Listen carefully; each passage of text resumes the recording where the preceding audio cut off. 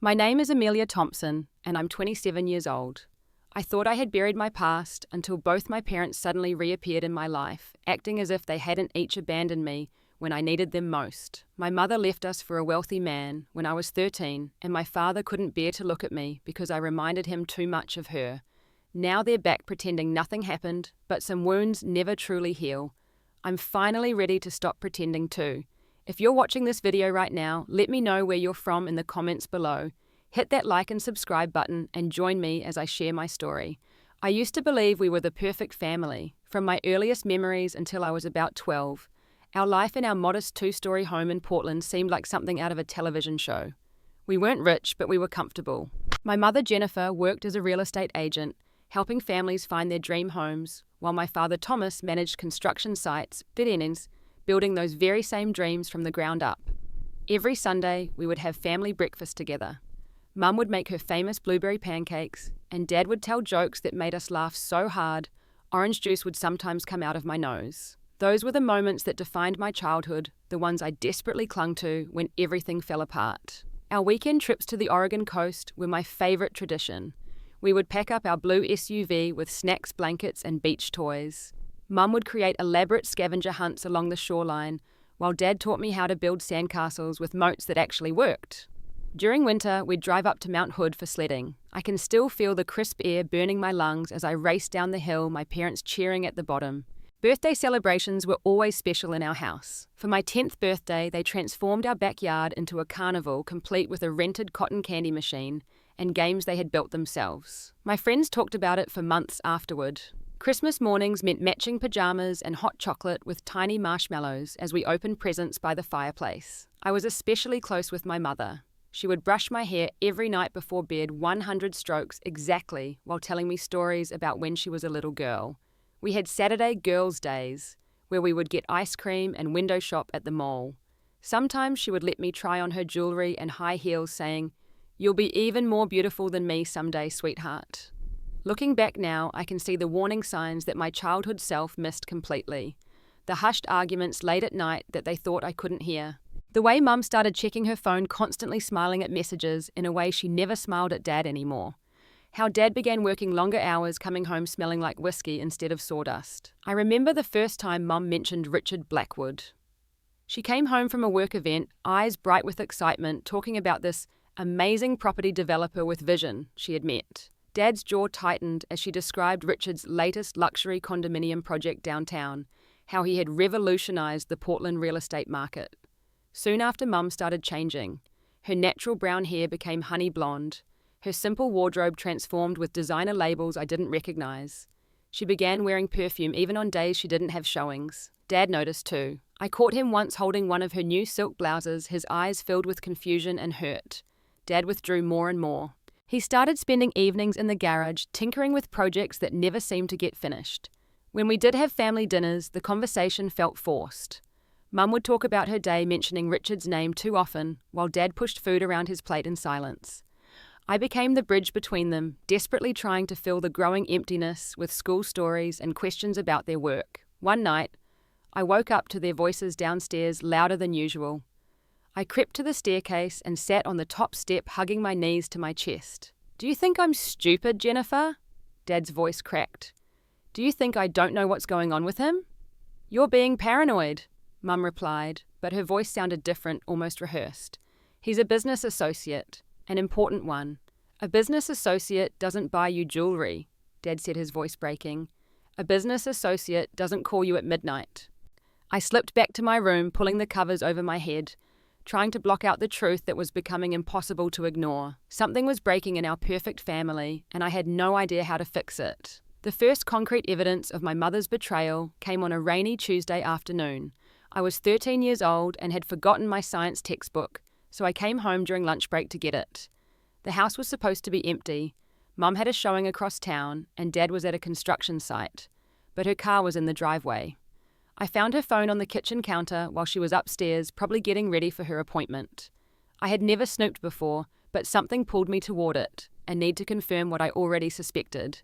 The screen lit up with a message preview from RB that made my stomach drop. "Can't wait to see you tonight. Last night was amazing. He doesn't deserve you."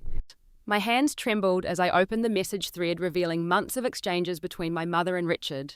Intimate messages, plans they had made, photos I immediately wished I could unsee, and worse discussions about their future together, a future that clearly didn't include Dad or me. When Mum came downstairs and found me with her phone, her face cycled through shock, anger, and then an eerie calm that frightened me more than if she had yelled.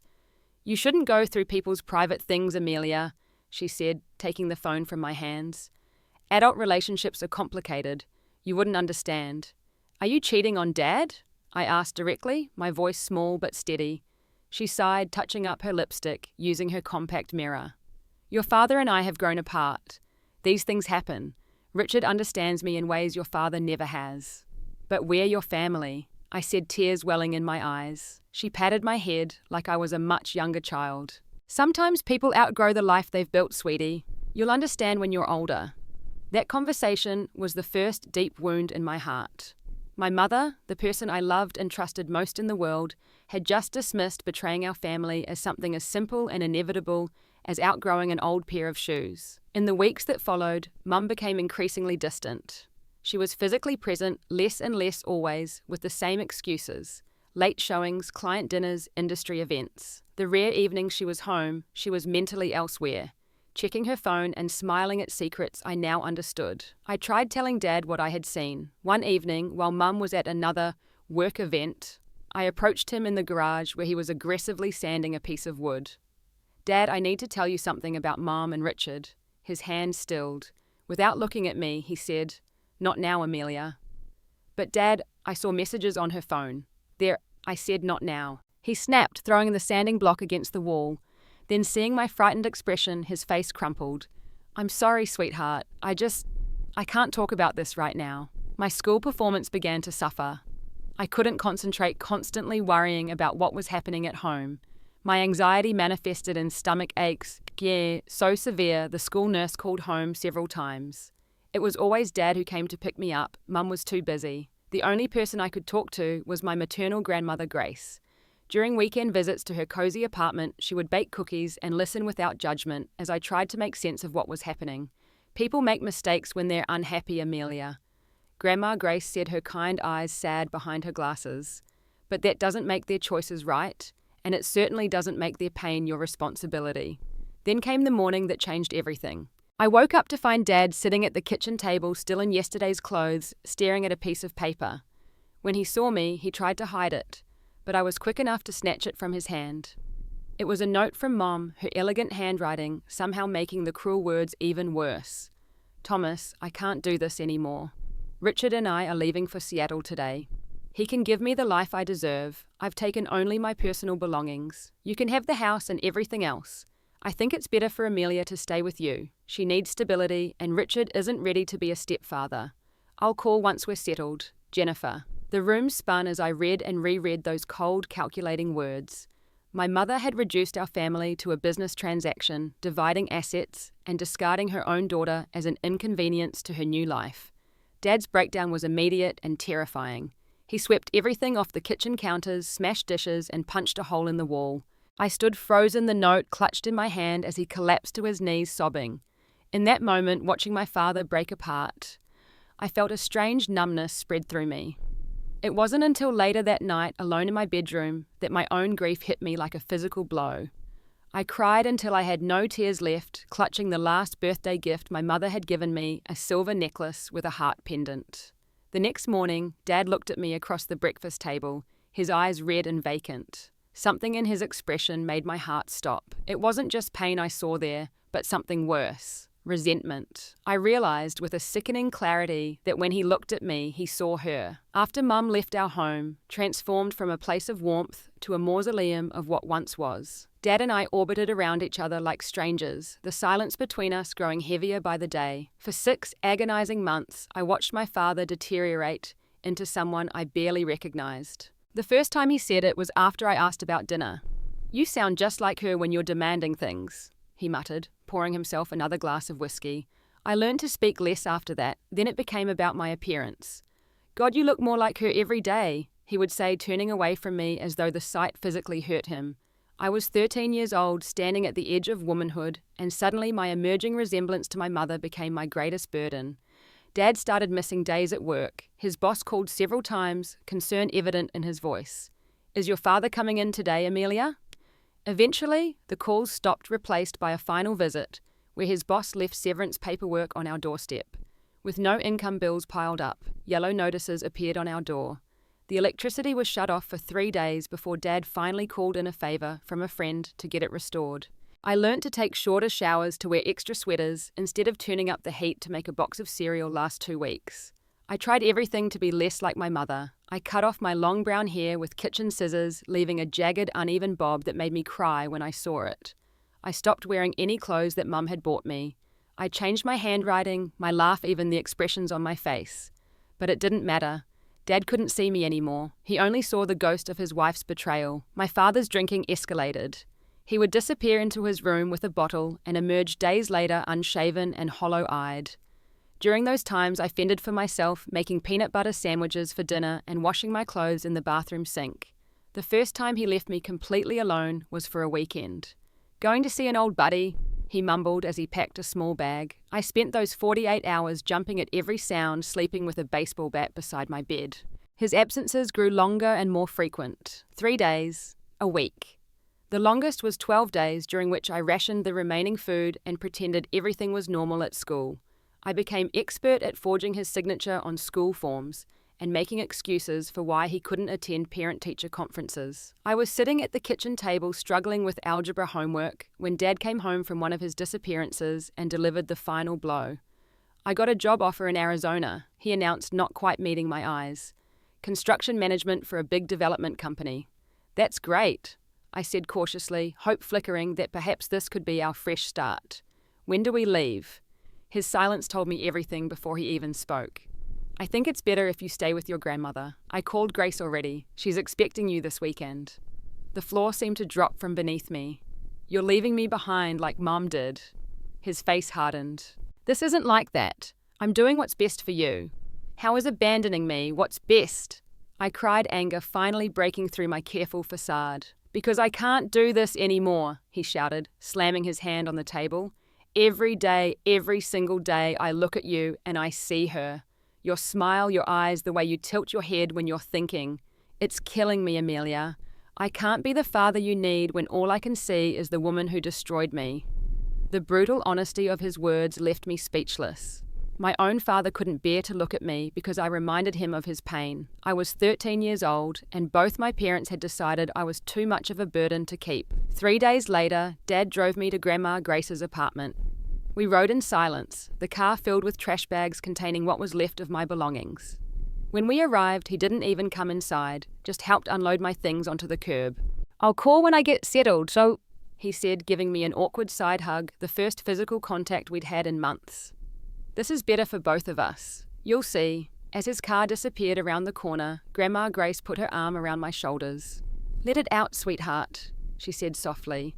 And standing there on the sidewalk, surrounded by garbage bags of a life discarded twice over, I finally allowed myself to feel the full weight of being 13 years old and completely unwanted by the two people who were supposed to love me most in the world. The day I moved in with Grandma Grace marked the beginning of my rebuild from ashes. Her small 2-bedroom apartment became the first stable home I'd known since my mother's departure. Unlike my parents, Grandma Grace wanted me there, making that clear in countless ways every day.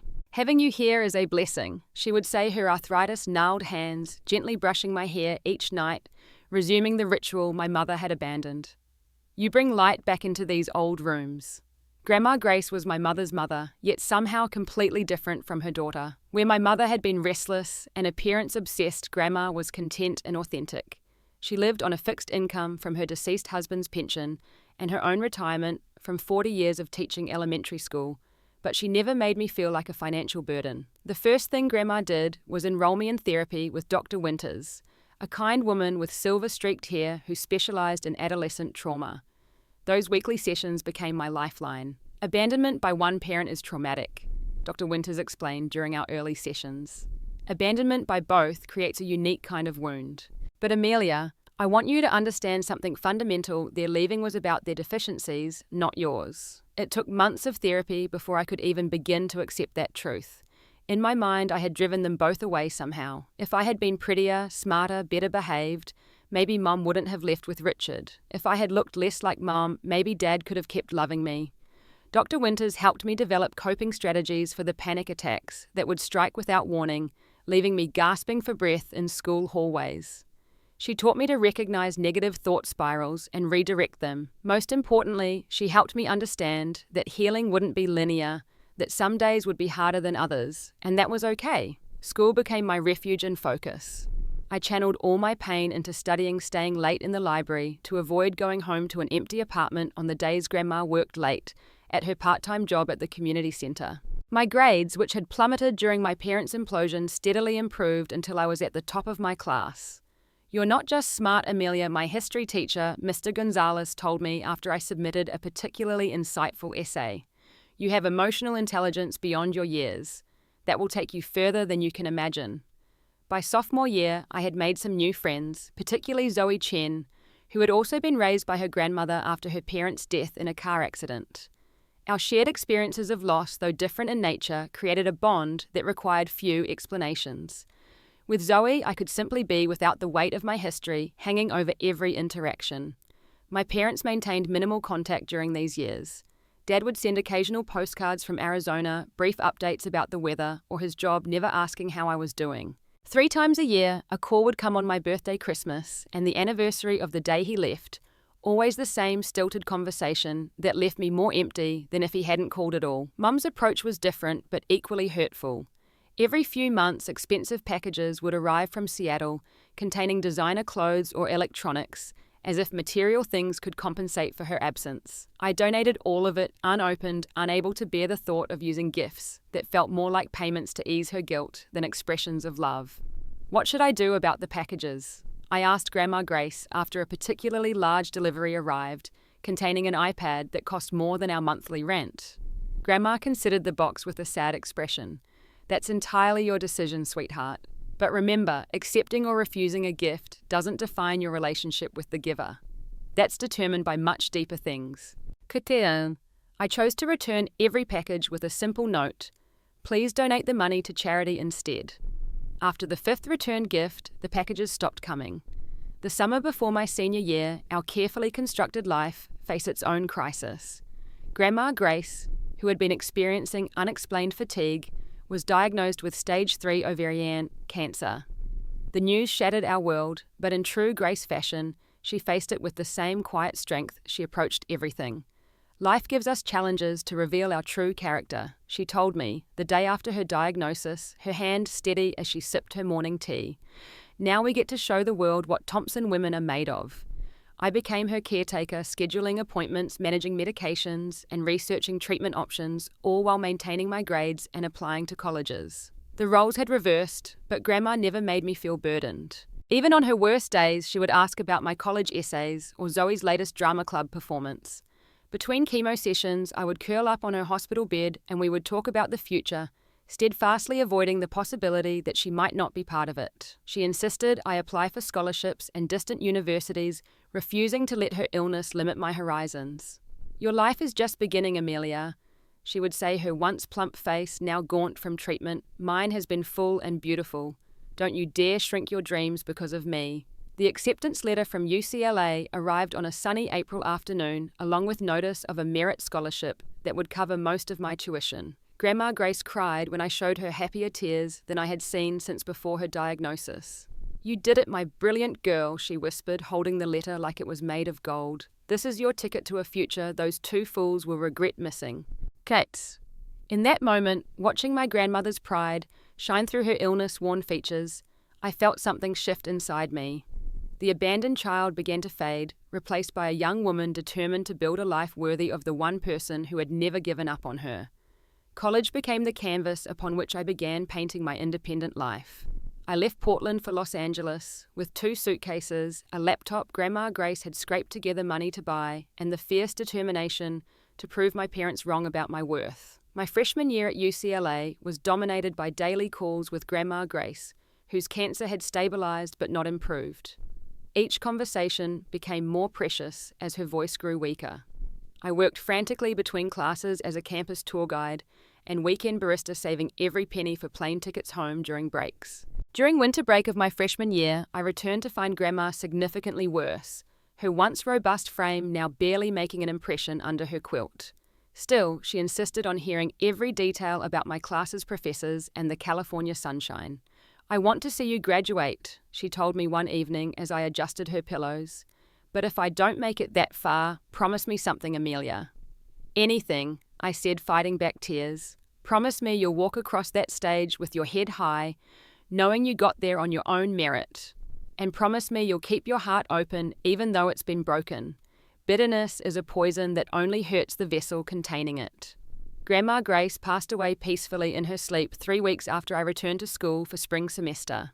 The call came at 4:47 a.m. from the hospice nurse. I sat on my dorm room floor until sunrise, clutching the heart pendant necklace Grandma had given me on my 16th birthday, the weight of being truly alone in the world settling over me like a shroud. The funeral was small, but filled with Grandma's former students and colleagues.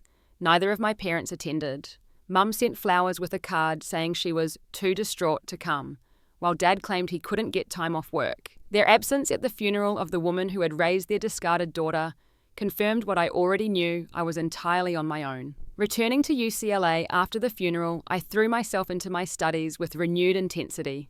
Business became my focus, particularly marketing and finance.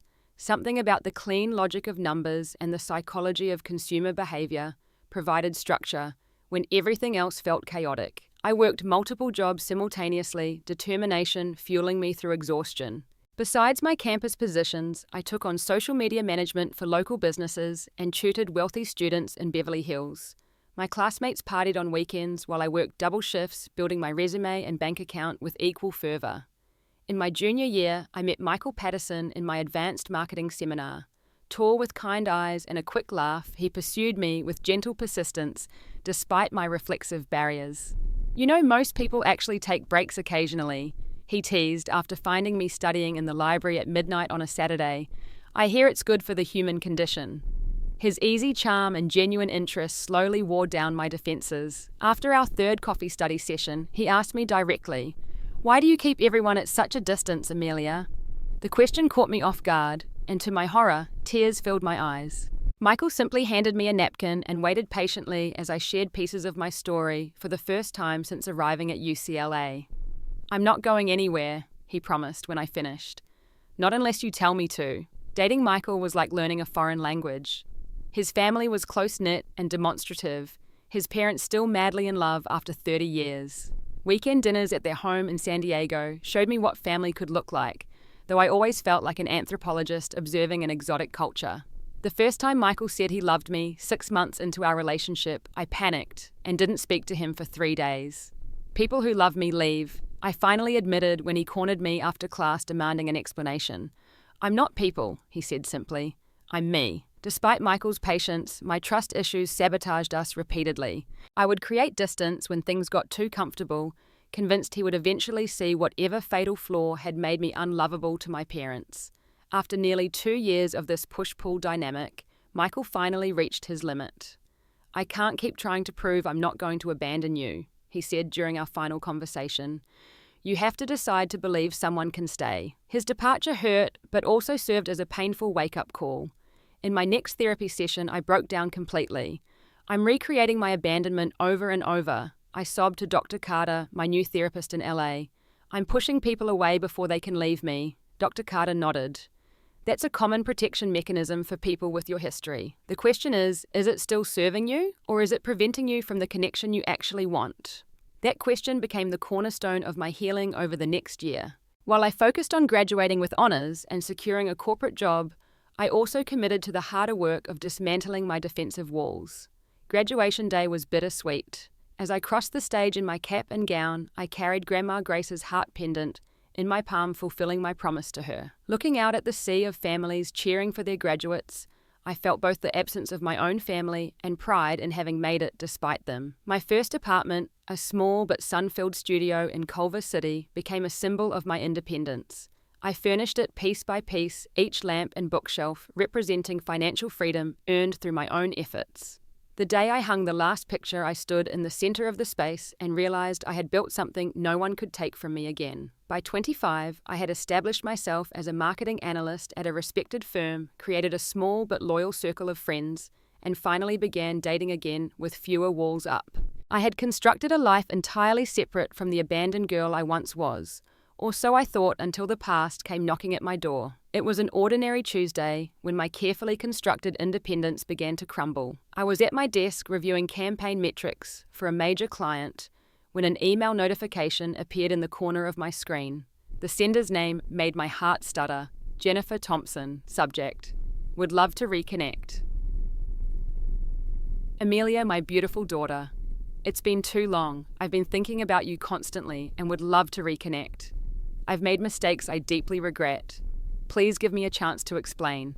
Love always, Mom. The professional mask I wore at work slipped momentarily as I stared at the screen, 14 years of complicated emotions surging through me at once. My colleague Tanya noticed immediately. Are you okay? You look like you've seen a ghost. In many ways I had. I closed the email without responding and threw myself back into work with manic intensity. That night I couldn't sleep, my mother's words echoing in my mind. What right did she have to reappear after all this time? What did mistakes I deeply regret mean after 14 years of luxury with her wealthy boyfriend? While I navigated adolescence and early adulthood alone, 3 days later, while I was still deliberating whether to respond, my direct line at work rang. Amelia Thompson speaking. Amelia, my mother's voice still recognizable after all these years. I'm in the lobby of your office building. Could you please come down just for a few minutes? The audacity was so breathtaking, I almost laughed. You're where? Downstairs. Please, I've come all the way from Seattle. I should have refused. Instead, professional habit took over. I have 15 minutes before my next meeting, I said, coolly, hanging up before she could respond. When the elevator doors opened to the lobby, I immediately spotted her. At 53, Jennifer Thompson was still beautiful, though, in a more subtle way than the glamorous woman who had abandoned us. Her designer clothes looked slightly dated, her blonde hair showing dark roots, her makeup carefully applied, but not quite concealing the lines around her eyes. Amelia, she breathed, moving toward me with arms outstretched. I stepped back, maintaining professional distance. Her arms fell awkwardly to her sides. Let's get coffee, I said, gesturing to the building's cafe. I don't have long. Over expensive lattes, my mother attempted to compress 14 years of absence into a 15-minute narrative that centered entirely around her own suffering. Richard left me, she admitted, turning her coffee cup in perfectly manicured hands. After 12 years together, he traded me in for his 28-year-old personal assistant. She gave a brittle laugh. Karma, I suppose. What do you want, Mum? I asked, glancing pointedly at my watch. To reconnect with my daughter, she said, reaching for my hand. I moved it to my lap. I realized now what I threw away. Family is what matters in the end. Family. I repeated the word, tasting bitter. You mean the family you abandoned when I was 13, the one where you told Dad that your boyfriend wasn't ready to be a stepfather, so you'd just leave me behind? She flinched. I made terrible choices, Amelia. I was selfish and thoughtless. And now that Richard has moved on, you've remembered you have a daughter. That's not fair, she protested weakly. I've thought about you every day. Just not enough to be present for a single moment of my life. Not my high school graduation, not Grandma Grace's funeral, not my college years or first job. She dabbed at her eyes with a napkin. I've made such a mess of things, but I want to make it right. I'm moving back to Portland, starting over. I was hoping maybe I could stay with you, just temporarily while I get back on my feet. The request was so presumptuous, I almost choked on my coffee. You want to live with me? After 14 years of nothing. I'm your mother, Amelia, despite everything. You're a stranger who shares my DNA, I corrected, standing up and gathering my things. My 15 minutes are up. Don't come to my workplace again. I was still processing the encounter with my mother when exactly 1 week later, my phone rang with an unfamiliar Arizona number. Amelia, it's Dad. For the second time in a week, a ghost from my past had materialized. My father's voice sounded older, rougher than I remembered. What do you want? I asked, my tone matching the chill I'd used with my mother. I'm moving back to Portland, he said, echoing my mother's news so precisely that alarm bells rang in my mind. I thought we could get together, catch up. It's been too long. 14 years, I said. Has Mum called you? A pause that confirmed my suspicion. We've been in touch, yes. So this isn't a coincidence. You two have coordinated this little reunion tour. It's not like that, Amelia Sol, he protested. We've both realized our mistakes. We want to make things right. After 14 years of silence, you both suddenly, simultaneously want to make things right. What happened? Did your life fall apart too? Another telling pause. The construction company downsized, and I've had some health issues. Nothing serious, he added quickly, but it makes you think about what matters. The parallel was too perfect. Both parents facing personal setbacks, suddenly remembering their abandoned daughter, both wanting to reconnect when they needed something. I'd like to see you when I get to town next week, he continued. Maybe have dinner. I'll be staying at the Marriott downtown until I find a place. Did you know Mum asked to stay with me? I asked bluntly. She mentioned she might, he admitted. Your mother can be impulsive. That night, I sat on my balcony with a glass of wine staring at the lights of Los Angeles and feeling the carefully constructed walls of my independent life beginning to crack. Both my parents, after abandoning me at 13, were now attempting to re-enter my life, as if the past 14 years could be erased with coffee and dinner. Worse, they had clearly been coordinating behind the scenes, planning this reunion, without considering what it might do to the daughter they had discarded. The thought of them discussing me, plotting their return while I remained ignorant, created a sense of violation I couldn't articulate. For 14 years, I had built my life brick by brick, each achievement and relationship a testament to surviving their abandonment.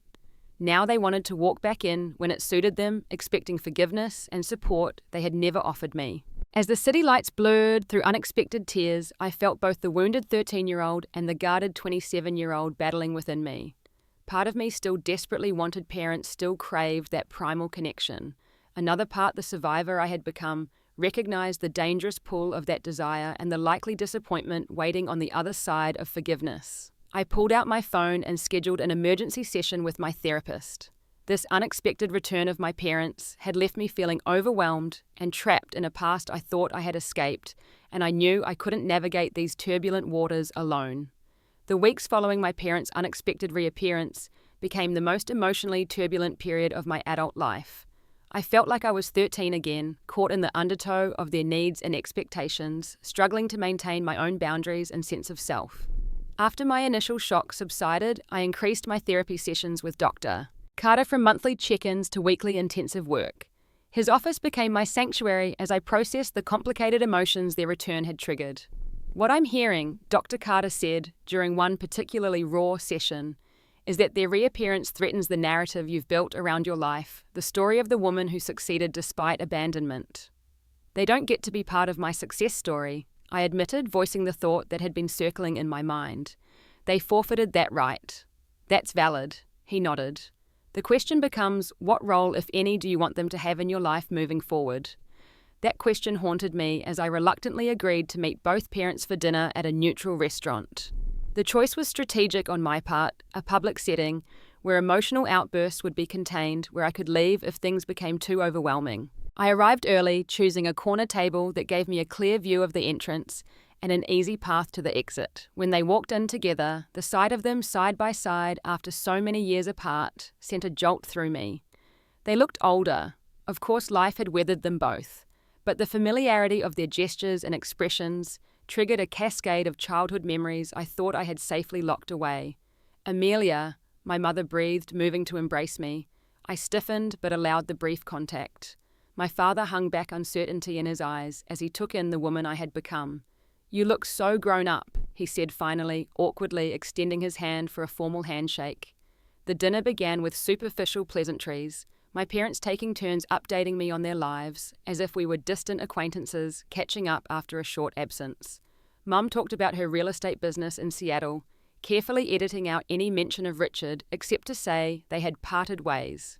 And Dad described his work in Arizona, his recent health scare, a minor heart attack that had put things in perspective. I listened silently, offering minimal responses, studying them as they performed this carefully rehearsed reconciliation attempt. Beneath their smiles lurked desperation, and I recognized with sudden clarity that they needed this forgiveness far more than I needed to give it. So, my mother said, reaching for my hand across the table, we've been thinking about family, about second chances. We made terrible mistakes, Dad added, his voice rough with emotion. Leaving you was the worst thing we ever did. And yet you both did it, I said quietly, withdrawing my hand from my mother's grasp, one after the other. We were broken people making broken choices. Mum said her practiced response revealing the conversations they must have had preparing for this moment, but we've changed, grown wiser. I couldn't look at you back then, Dad admitted. You reminded me so much of your mother and the pain was too fresh. It was wrong, but I couldn't separate you from my anger at her. And I was selfish, Mum added. Richard promised me a life that seemed like a fairy tale, and I convinced myself you would be better off with your father. And when that didn't work out, neither of you thought to check on me for 14 years. They exchanged glances, the choreography of their responses becoming more evident. We were ashamed, Dad said. The longer we stayed away, the harder it became to reach out. But we never stopped loving you, Mum insisted. Not for a single day.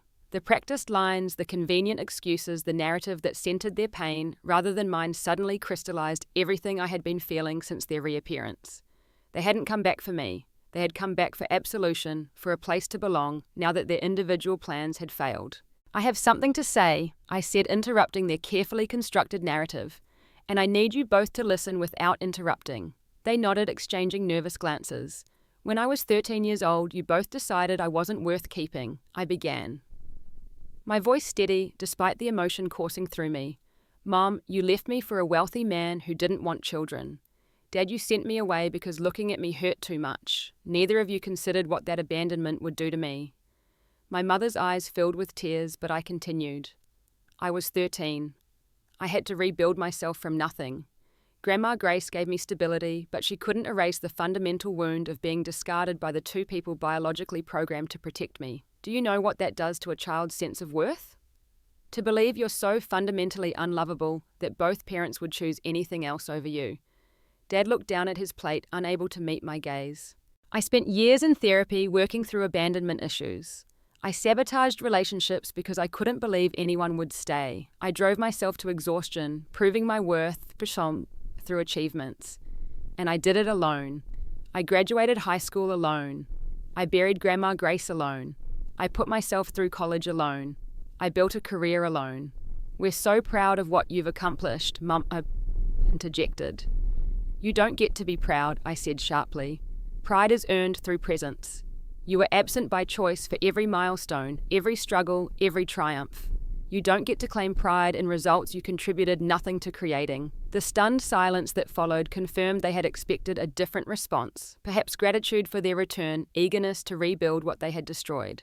Their shock at my refusal to play along with their narrative was evident in their expressions. We know we can't make up for lost time, Dad said finally, his voice small. But we thought maybe we could start fresh, be a family again. A family, I repeated. You mean like when you both needed something from me, when you both coincidentally hit rough patches at the same time and remembered you had a daughter who might provide emotional or financial support. That's not fair, Mum protested weakly. Isn't it, Mom, you asked to stay with me the same week you told me Richard left you? Dad, you called me right after losing your job and having health problems. Neither of you contacted me when things were going well in your lives, only when you needed something. The truth of my words hung in the air between us. I could see the moment they realized their careful script had failed, that the forgiveness they sought would not be easily granted. What do you want from us, Amelia? Dad asked finally. Just tell us what we can do. I considered the question carefully, aware that my answer would set the tone for whatever relationship might be possible moving forward. I want honesty, I said finally. Not convenient narratives that center your pain while minimizing mine. I want accountability, not excuses disguised as explanations. I want boundaries that respect the life I've built without you. And most importantly, I want to move at my pace, not yours. Setting these terms lifted a weight I hadn't realized I'd been carrying. For the first time since their reappearance, I felt in control rather than reactive, the adult I had become rather than the abandoned child I had been. We can do that, Mum said quickly, hope brightening her features. Whatever you need. This isn't a negotiation, I clarified. These are my terms for any potential relationship moving forward. I'm not promising forgiveness or the family reunion you seem to want. I'm offering the possibility of building something new with clear boundaries and realistic expectations. As the dinner concluded, we parted with tentative plans to meet again individually rather than together. Walking to my car afterward, I felt a curious mixture of exhaustion and liberation.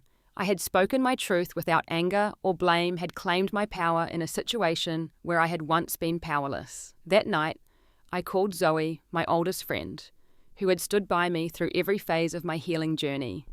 "You faced them both at once?" she asked, impressed. "That took courage."